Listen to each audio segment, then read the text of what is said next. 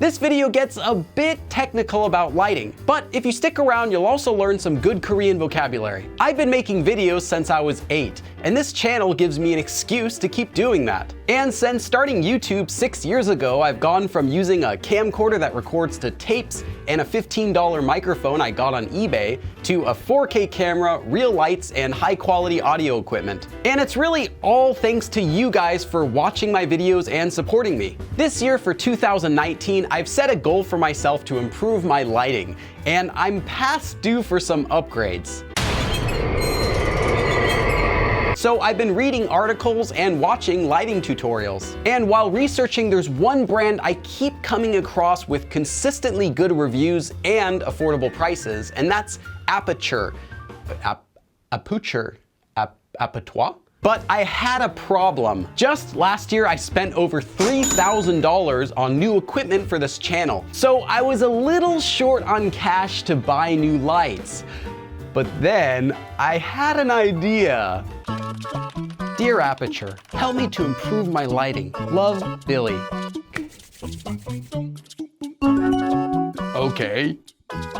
Full disclosure, I asked Aperture if they would send me some lights to improve my videos. They did not pay me any money or tell me what to say. Also, if you know me, you'll know that I'm not a pro at making videos. However, I have gotten better and I will keep getting better. But keep that in mind for any recommendations today. So for this video, we'll talk about Korean words related to lighting and about lighting in general. First, let's talk about 3-point lighting, 3점 조명, which is a super common way to light any person in any scene, whether for photography or your own YouTube videos. 3점 just means 3 points, and 조명 means lighting. If you want to talk about lighting equipment, use 장비, which means equipment. I'm using 3-point lighting for this video right now, and I'll show you how that works. You start with one main light, main 조명, also known as a key light. Key light, not key cat. So this main light gives most of the brightness to what you're filming. But since it's just one light, you get strong shadows and you can't light your entire face. So you need a second light to fill in those shadows called a fill light, 필 라이트, or also called 보조 조명, literally an assistant light.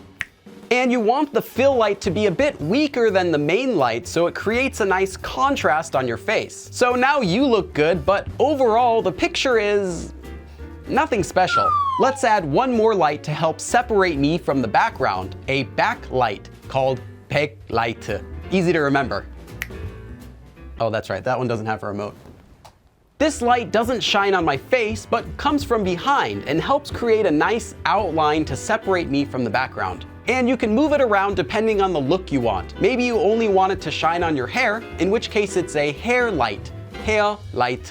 And if you want to go further, you can also add background lights or play around with the colors. Ew, no. But it's not that simple. There are several types of lights, from regular photography bulbs to tungsten or halogen lights that they use on professional sets to LED lights, which I'm using right now. LED lights don't get too hot, they use less electricity, and many are portable. The problem though with cheap LED lights is that they might have a low CRI, which means inaccurate colors. Oh, it's bright. This means cheap LED lights can make your lighting look greenish because they use low quality bulbs. You can fix this after using color correction tools, but it takes more time. Or even worse, cheap LED lights might even flicker, like this, but a lot faster. I'm doing this on purpose right now with the remote.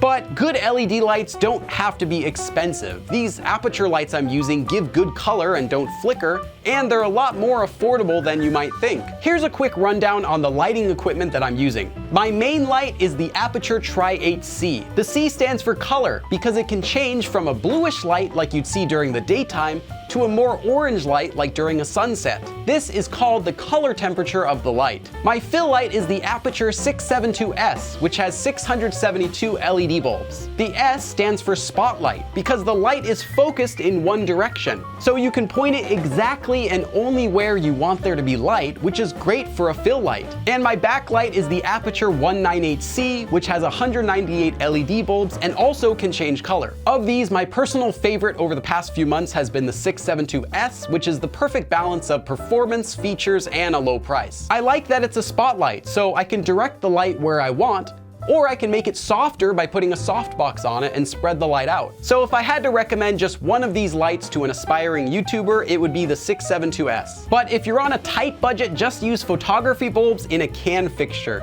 They sell these bulbs for about $10 each, and these from between $5 to $10 at any hardware store. This will get hot and use more electricity, and you can't control the brightness, but it's good and it's cheap.